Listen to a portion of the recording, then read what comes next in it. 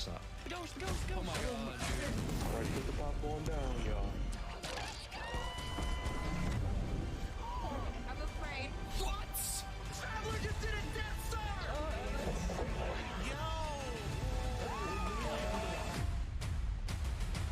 Hey, that's on me. What is he doing? Oh my god, was?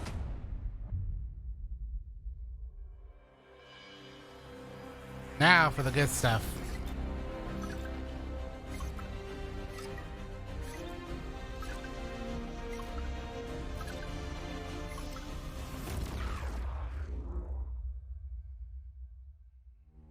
Thanks for tuning in, y'all.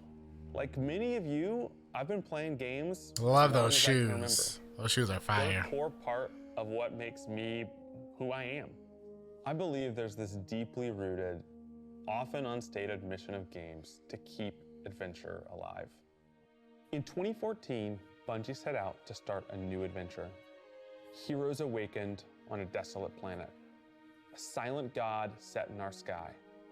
And it wouldn't be long before an ancient enemy, shrouded in darkness, showed up at humanity's door to destroy us.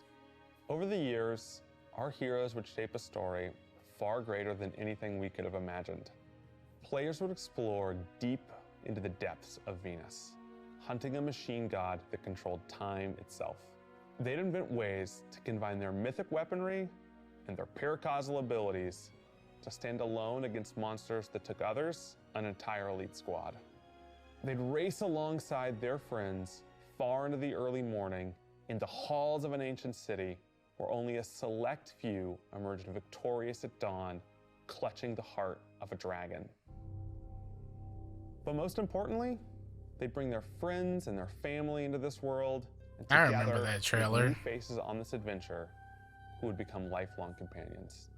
Now, together, we approach the final shape.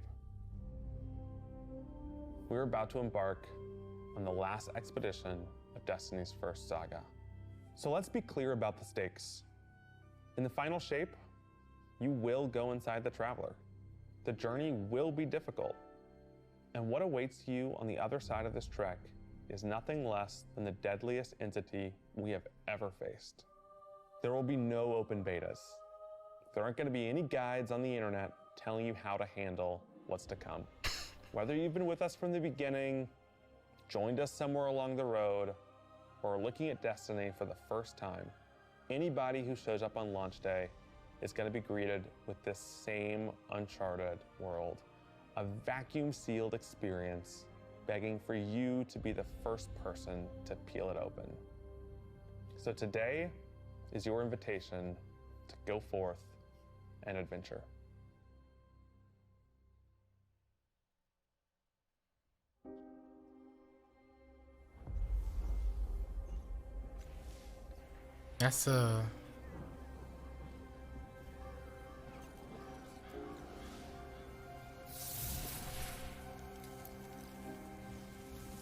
That's a new render. All these years, we never talked about it. Why I brought you back.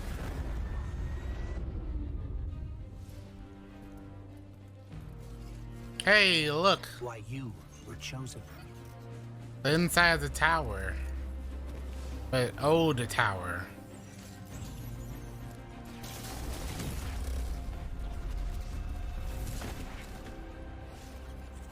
The truth is, I didn't know then. It was just a feeling.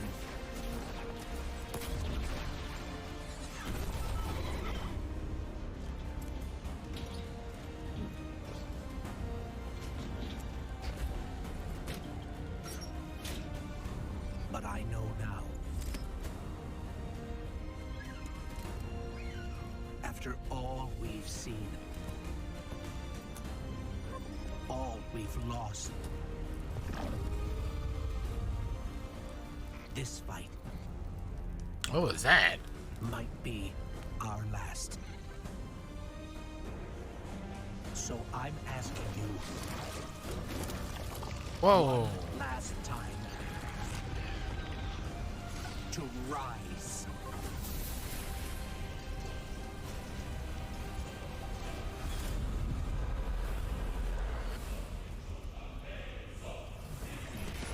Look at that.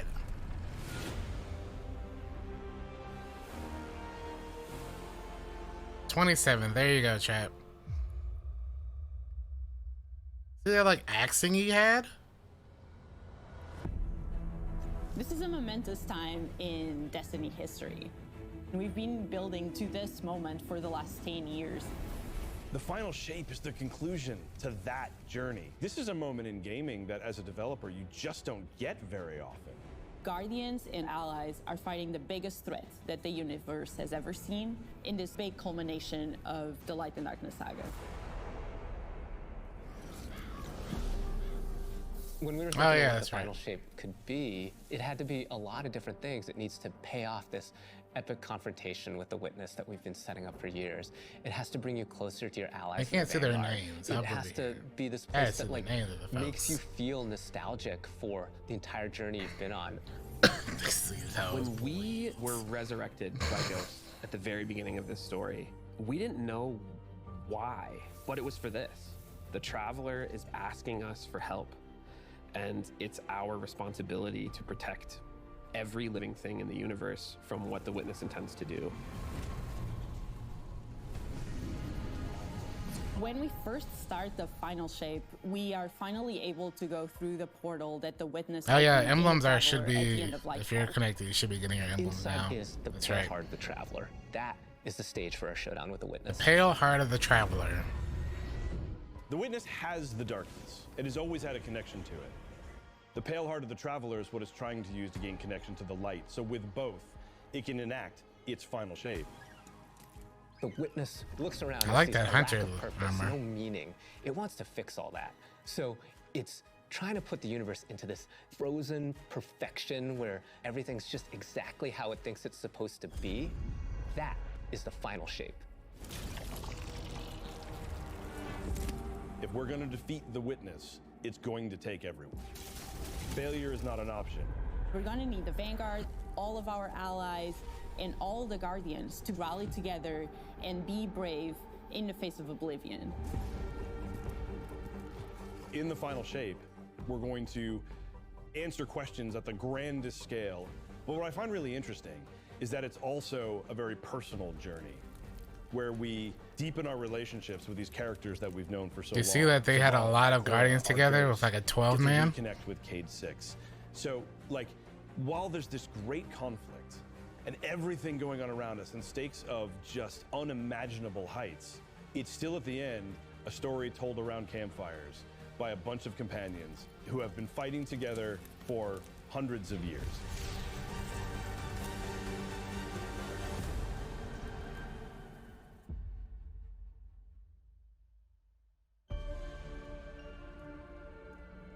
In the final shape, we're going through the portal that the Witness has opened up to confront it and stop the final shape. Inside the Traveler is this infinite, vast, unknowable, and we're landing on the Pale Heart, which is a fraction of really what is inside the Traveler. The Pale Heart is weird. It's a little Tree of strange, it makes you Silverwings. feel a bit uncomfortable. And it is also just so cool and artistic in the best way. This is easily so much, like, so different than anything else they've done. And so it's had time to kind of shape what's there. When our Guardian enters, the rest of the Pale Heart starts getting shaped also around what we've experienced. This is the Traveler recreating the world in front of you as it saw on your journey. One of the most memorable locales from Destiny's past is the D1 Tower. It's really a labor of love from the Destiny team. The final shape means so much to everyone who's building it, and I think players are really going to be able to see that. The Pale Heart is our very first linear destination that we've ever done. I would love it if players Linear destination. felt that they began their journey in a place of safety and feel it escalate in danger in surrealness because there is this beautiful evolution of the space. They see things that are more and more wrong as they begin to go towards the Witness's monolith. It's kind of this omnipresent, foreboding thing off in the distance. The weirdest things happen as you get closer to the monolith in the form of reshaping. Kind of like deconstructing things and putting them back together just wrong. The sense of scale you get out there as you're exploring these spaces and you're jumping on these reshaped cuboids of Earth, you feel tiny. Kavastov. You feel Look at alone. that. You feel like you are not the force to be reckoned with that you have been. You're not the God Slayer right now. You're just this little person jumping from these massive pieces to massive pieces. One of the things that we really tried to also capture is that the Witness keeps throwing everything it has at you.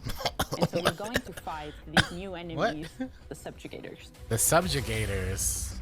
Subjugators are the new unit you're going to be facing in the final shape. They have an enhanced power set.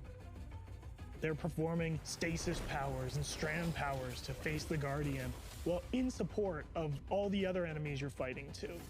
They bring something entirely new to the battlefield, which is kind of this element of control. They're back there pinging away with stasis abilities, throwing crystals at you, freezing you in place. Is that the Vestian Dynasty sidearm?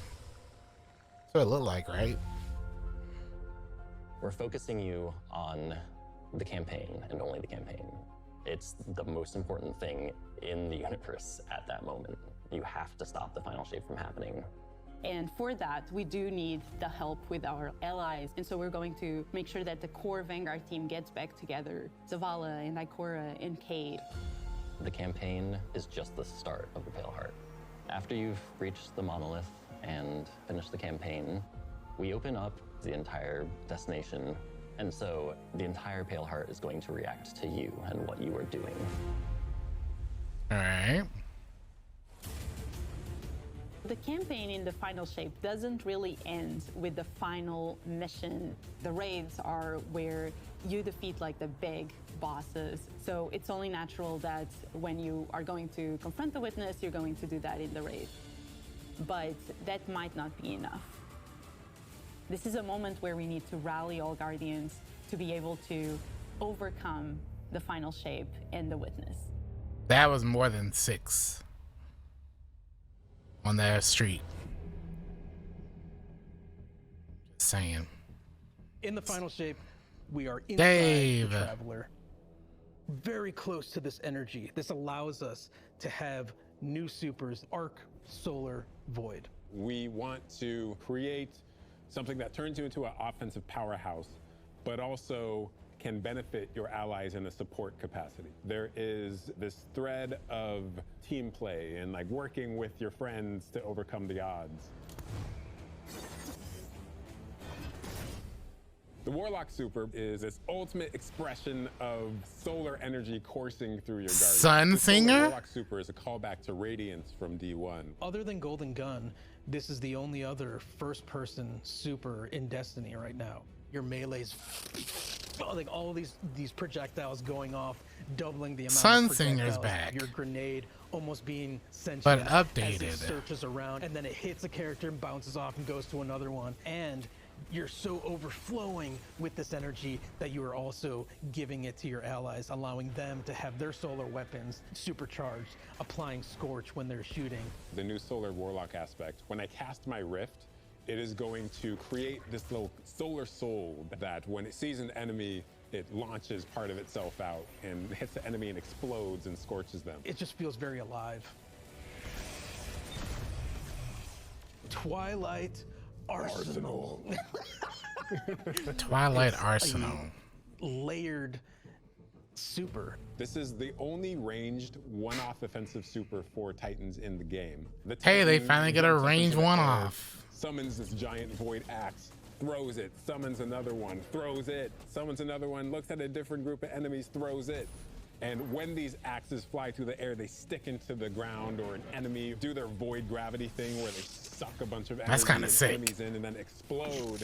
But that doesn't destroy the axe. The axe sticks around, and you and your allies can go and pick up that axe and start wailing on enemies. What? This super is insane to me. The Void Titan aspect, That's- I press and hold my grenade button to consume my grenade and turn it into the Hey. shield. And the more damage it takes, the more it charges up, and then I can release that, and it creates this blast that deals massive damage. That Titan one's pretty nice. The Hunter Arc Super. Arc is all about finding the shortest distance between 2 points. The Hunter kind of rears back, takes this That Void knife Titan's and pretty throws good. it across the world, and then is able to blink to its position, do the slash that just decimates anyone nearby. One really great thing about that is not just you do it once, but you're able to do it 3 What? times, along with devastating attacks each time you do it. The Hunter has an aspect. We take our staff, we twirl it in the air, which propels us upward. It creates this burst, which amplifies you and any allies near you. It almost makes it feel like you're playing a fighting game, right? Like these combos that you're chaining together to do these different moves. It like takes that sandbox to the next That level. movement is really The more nice. aspects we have, the more capable we are to do that. It feels like you're like riding the lightning, you know? Like that instantaneous, like, That was good, but I think it's more like, you know? I like it, I like it.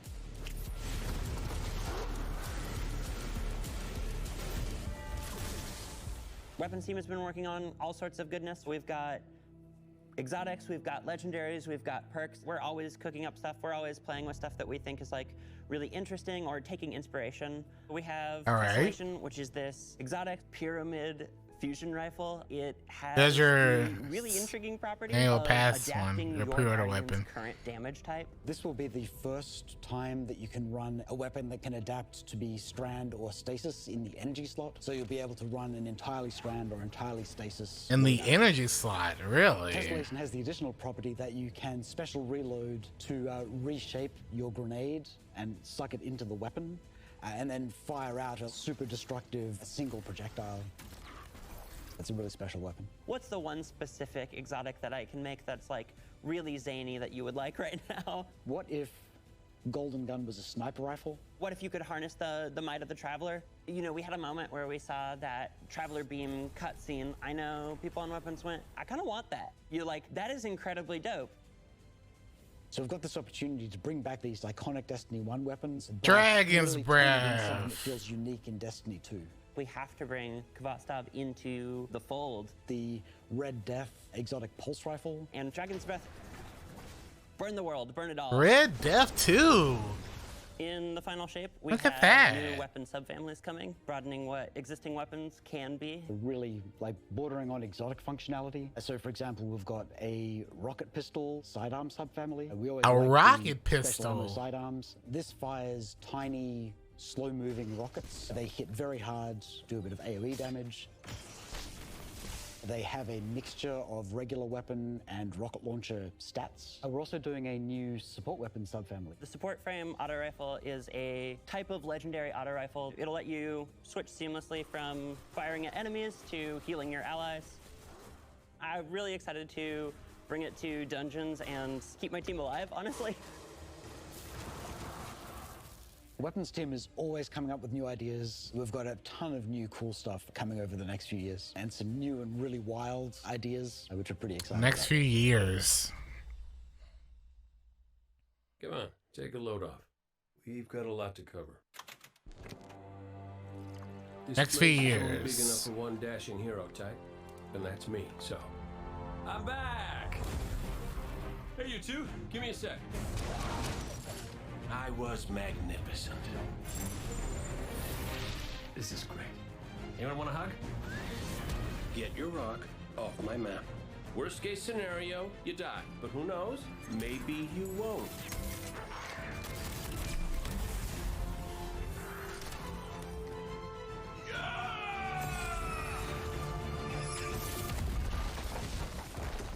Well, better get back to it.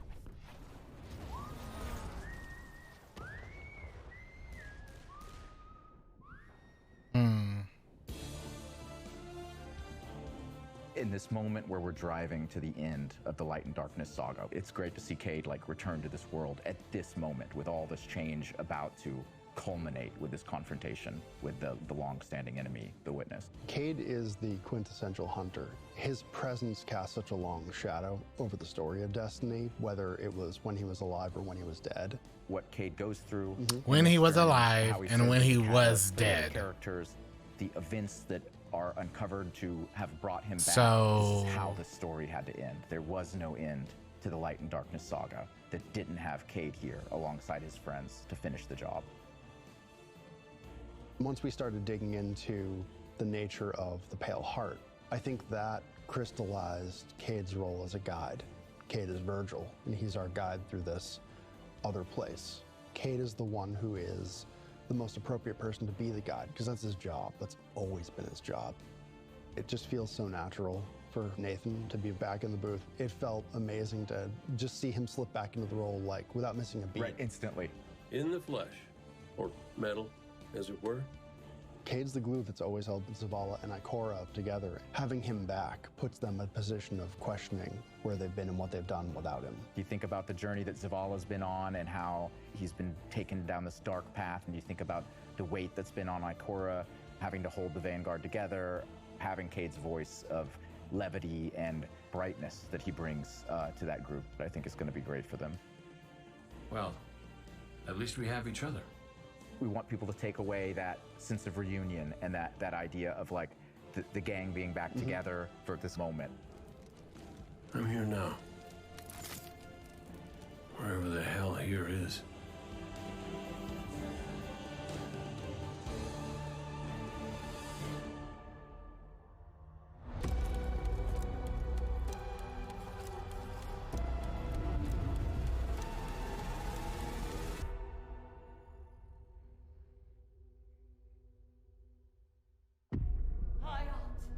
Guardian, the Witness poses a dire This threat. is seasonal stuff.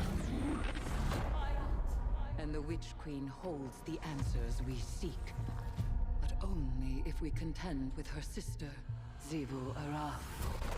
It rests with me. Will you come back from this? Do not be afraid.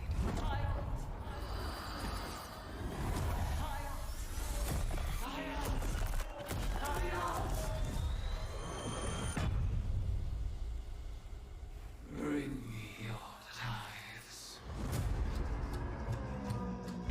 You now wield Hive magic and have entwined it with your light. Assault the Spire, Guardian, and open the way to our tithes.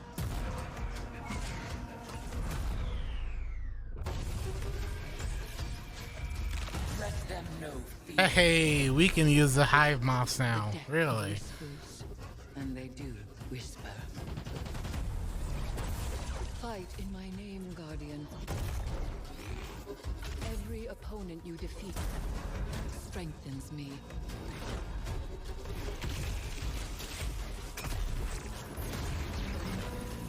My appetite rises for your brutal tributes.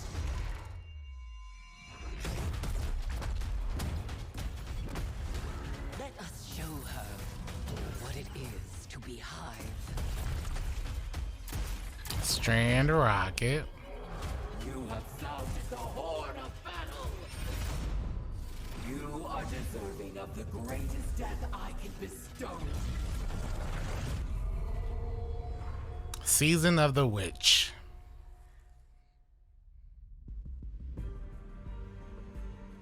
They're Season of the Witch is our really. opportunity as players. We've been It is. annihilating and breaking Hive spells, and now we finally get to cast them. At the end of Season of the Deep, we learn that Savathun has the key to getting into the portal that we need to go into. That means we have to go find Imaru, her ghost. Imaru's like, not so fast. We've got a bigger Imaru. problem first. And that bigger problem's name is Zivu Araf. If we fight her, she only gets stronger. Eris has an idea. It's a really good It's idea. a wild ass idea, yeah. She determines, like, well, the best way to fight fire is with fire. We are channeling all of that energy that we're creating by going through, by eliminating enemies, and we're tithing to our friend Eris. Bring me your tithes. What does that mean for the characters and the player to kind of like be like Savathun? And that's where we went down the path of having Hive Eris. We want to extend that magical fantasy into the player then. That ability to have overwhelming magical power, that risk and reward into all of our activities and systems experiences. And so that's what led us to come up with things like Deck of Whispers. It's this magical deck of cards that creates amazing synergies with your build-craft meta and with buffs and the activities. They can then choose these cards at will, whichever ones they want, and then that really leans into the build crafting. You actually are getting cards that you can then use to place on the Holy battlefield. cow. Change the way you play. I'm such a sucker for deck building. Like being able to like bring that element into Destiny gameplay has just been like, oh, chess. Yeah, oh, it's really super fun.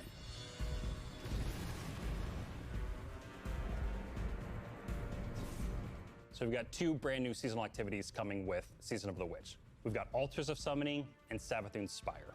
Savathun's Spire is our new 3-player offensive. You're doing a lot more with the Lucent Hive magic, but it's got a high amount of combatant density. It's got additional random encounters that you can come across. The Witch's Spire itself, Savathun's Spire, was like her reliquary for all these different magical experiments as she was learning the light. You're there in order to learn as much as you can in order to become a master spellcaster, right? To become like Savathun. The Altar of Summoning's activity is really exciting because you can spend like 20 minutes in it or you can spend 2 hours. deck building. It's Zay Parker with the experience that Prime you can sub. hop Welcome. in and hop Appreciate out. me. As you're going through this activity, you're filling the tithing bucket. As that tithing bucket is filled up, you'll get progressively more rewards. And then finally at the end, it'll cash out and you'll get a whole mess of rewards. The Eremite. We really wanted to make sure that there was a home for any exotic mission content coming in seasons after the year has passed. And so we developed what we're calling the Exotic Mission Rotator. Right away, we're getting Presage, Vox Obscura, and Operation Seraph Shield. This is some of the most fun content the team has making. It's some of the content. More that fans and missions players coming in best love to know. 2024. The most exciting thing, outside of just the missions themselves, is that every time we put a mission inside of that rotator, the exotic that comes alongside of it will become craftable. Crafted Whisper? Question mark? With Season of the Witch, we have a brand new Vex lo-fi PvP map coming. It's really exciting. It's got a bunch of really tight gameplay experiences. We wanted to make sure that we focused the combat a little bit more. With the new Vex network map, we really wanted to make sure we hit is like, hey, you're shoulder to shoulder more often. There's not as much deep sight lines that you're interacting with. And a lot of the flow of the map is actually built around this like kind of central pillar of the Vex network that you're orienting around. And there's also some modes coming too, right? We've got a new PvP game mode coming that's all about relics. It's about multiple relics, so it's not just one like the Scorch game mode from the past. So we've got the shield coming from Vault of Glass, we've got the spear back from Season of the Risen. And we got the scythe from Season of the Haunted. Yeah, so you're gonna be reaping Guardians with that thing. It's a lot more tactical gameplay. It's all about running around the map, claiming these relic dispensers, and then grabbing them in order to push for victory. I will take what I need. The words in my throat are the weapon in my fist. We were feeling pretty Hivey this season, obviously. There's something in the air. And so when thinking about like what's a good raid reprisal that would really suit It's this very Crota. Hivey season, there's only one answer. Only one answer, Crota.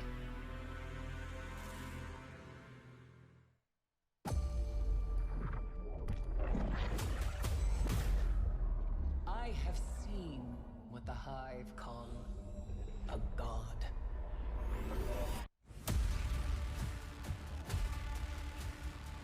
Yo, the Age of Triumph armor. The Age of Triumph armor. They actually did it. The Mad Lads. They actually brought back the good armor.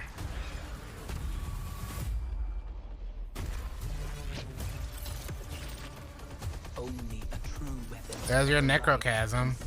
Is wrath.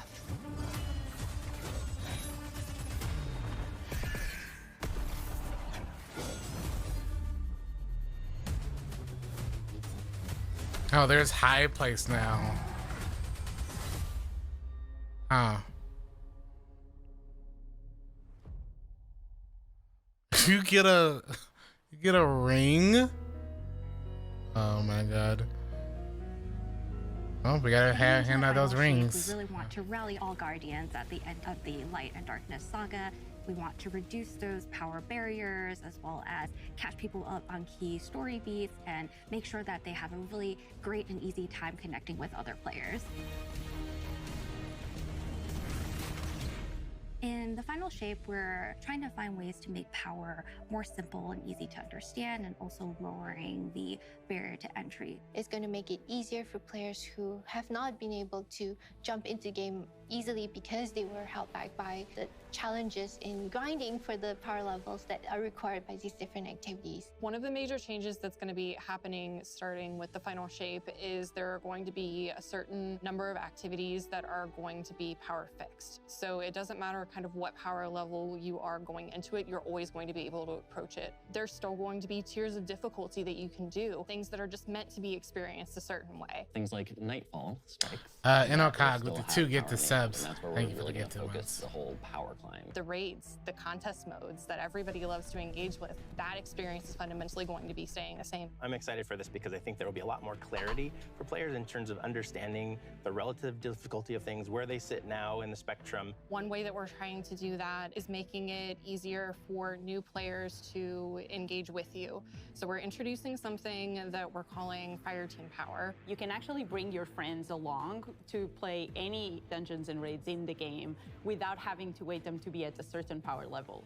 The person with the highest power in your fire team is actually going to bring all the others close to their power level, which means that there's no barriers. Fire Team Power.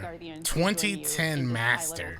When it's combined with Fire Team 2010 as a light level increase to to 2010. before and have that same experience. That's all regardless of the power level of you and the rest of the people in your fire team. Fire Team Finder is the new feature that's coming in Season 23, aimed at helping connect and find other people to complete the There's your best and most LFG system, aspirational chat. content in Destiny. We have a tag system that allows players to be able to say, well, this is my play style. I'm really chill. I'm anti-sweat. I'm just What really season are we trying to going have a into? good day. 22. Exactly. Tags really Oh, allows what's Final players Shape? to show a little bit I more know. personality, show a little bit more about what they're In about. I December, think what's we get really great this, about it season is with 23. this launch, we're also looking at including inclusion tags. As an example, one of the inclusion tags that we have are for colorblind players. Hopefully the inclusion tags will bring players closer to finding their community and even closer to the people that they're playing with. At least they're giving once people a lot of the thing options to goes live, find. Players will be put into they're a looking listing for. lobby where players can gather, they can communicate with each other. So we wanted to make it as convenient and as easy as possible for players to not just sit and stare at a screen for a long time while they're listening actually. Call As out a guided gamer who's games, typically more please. solo, I'm especially excited about this because it really is about helping reduce that anxiety and burden that comes with trying to make a new connection. Call them out. The feature coming out today that I'm incredibly excited about is Timeline Reflections. Essentially what we have done is we've went back to previous expansions and pulled out missions that we felt really represent key narrative beats within our story. We are going to have a mission for Forsaken, mission for Beyond Light, as well as a mission for Witch Queen. Thanks for the memories, Guardian. The neat thing about these missions is they're not going to be like one-to-one for how you would experience them in the campaign. You're also going to get additional pieces of narrative fed to you to like identify like, hey, this is why it's important that this happened, and here are the people you met along the way. A really big one that's really timely for Final Shape is Cade's last stand from Forsaken. So you can play the This is a first moment that a mission lot of players new and Forsaken. old are going to come back to Destiny. I think this is just the right time to introduce features that are going to allow those players to jump right in and find people to play with and enjoy this content regardless of their power level. Okay. We're reaching the end of this 10-year journey. What comes next? The episodes and the new way we're going to tell stories moving forward. What's really important about episodes is that it's a really big shakeup to what we've been doing. Instead of providing 4 seasons a year, you are going to get 3 larger episodes. And so the first 3 episodes in this coming year are called Echoes, Revenant, and Heresy. It's coming right after the Final Shape. And the theme for the year is going to be all about the consequences and aftermath of the Final Shape. I think what's really the cornerstone of the episode model that we're building is the 3 X-Scorn Hive. The acts act as these anchors for New us exotic to weapon, introduce new new exotic weapons, mission. new artifact mods, new activities. There's going to be new missions coming around the core. There'll be new story moments in every single one of these acts. We're actually providing more cinematic styled experiences throughout the Final Shape year and the episodes with it than any of the seasons we've ever developed before. These new stories are actually playable as standalone. Like each episode is something you can experience whether you've been playing Destiny for 10 years or this is your first one.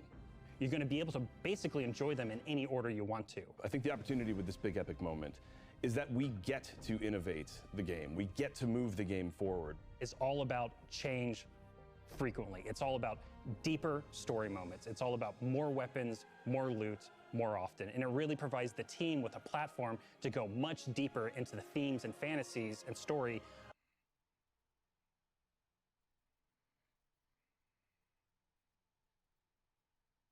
Any individual episode as compared to the seasons you know of today. I'm so excited to see what the narrative team can do with this kind of new platform of storytelling. Episodes provides this awesome foundation for the future of Destiny. We're moving into the next stage of Destiny 2. I think some people look at the Final Shape and they think Destiny 2 is coming to the end. And in many ways, it's the opposite. We're leaning in. We're putting the pedal to the metal. Episodes provide us a new, innovative way for players to engage with Destiny 2 throughout the year.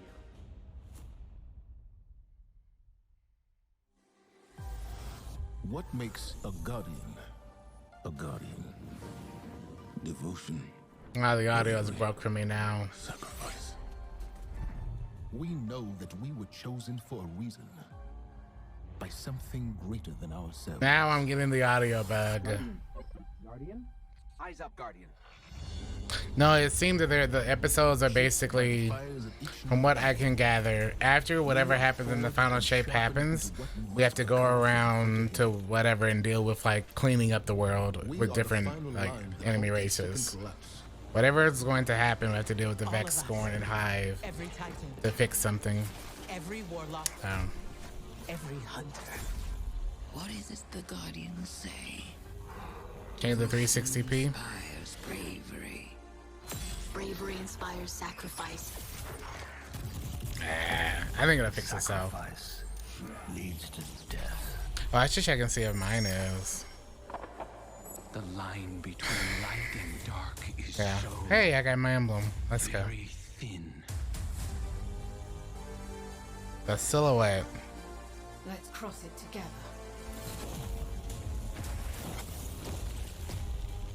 There are things out in the dark that only the dark can overcome. Trust me. You've heard the stories of the Traveler's sacrifice. So whatever's going to happen is going to truly affect the entire universe, and we got to go clean up whatever we've done.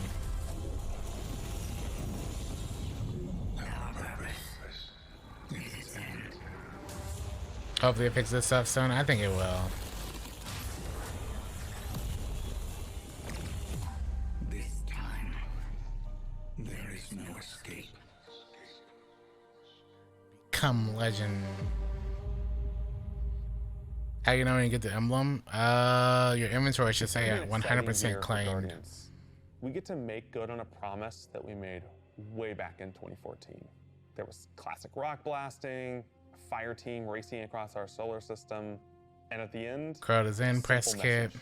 Let me see. Become legend. Today, you got a glimpse at how we'll be cementing your legend in this upcoming year. We're going to be heading inside the Traveler, experiencing a destination unlike anything we've ever built before. We'll face the biggest bad we've ever made, and we'll do this all alongside a streamlined progression system, allowing us to easily play with friends in any content in the game. And as the dust settles in the Final Shape, we're going to continue our legends in Echoes. It's Destiny's first episode in a new phase of storytelling for Guardians with brand new conflicts born from the resolution of the Light and Darkness saga. These first episodes are just the beginning.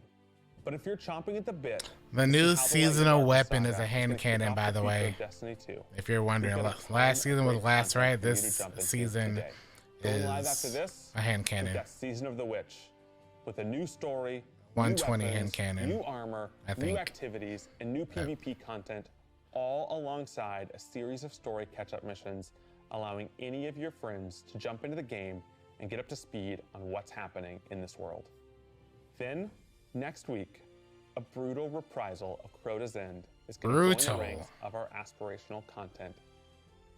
I can't wait to see you all in the throne world as we learn more about the final shape and how we can stop it.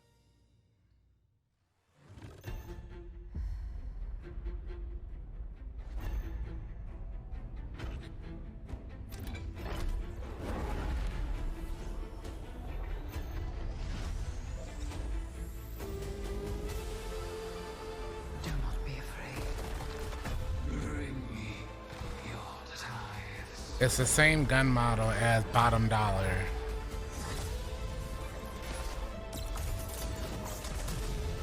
After all these years, all we've lost. There's a new rocket launcher, machine gun, sniper, Might be 140 hand cannon, some high stuff. I'm asking you to New exotic, I think. New exotic gloves. one last time. SMG. A Trials grenade launcher, hand cannon. Iron Banner, bow, and scout.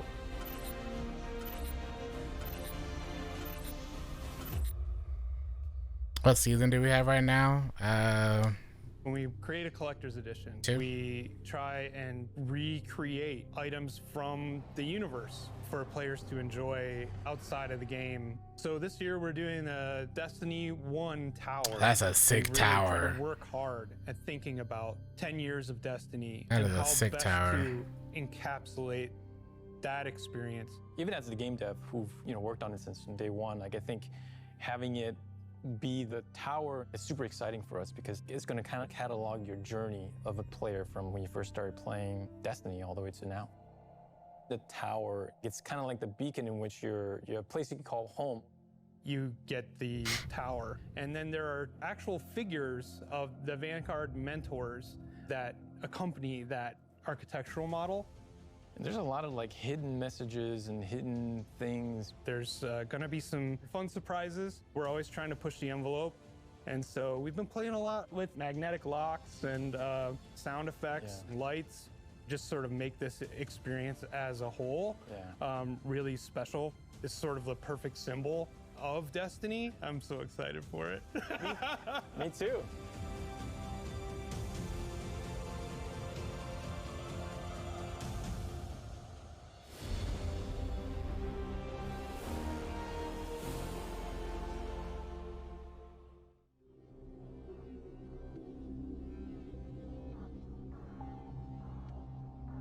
So no more seasons, now you have episodes. And then we got the post show.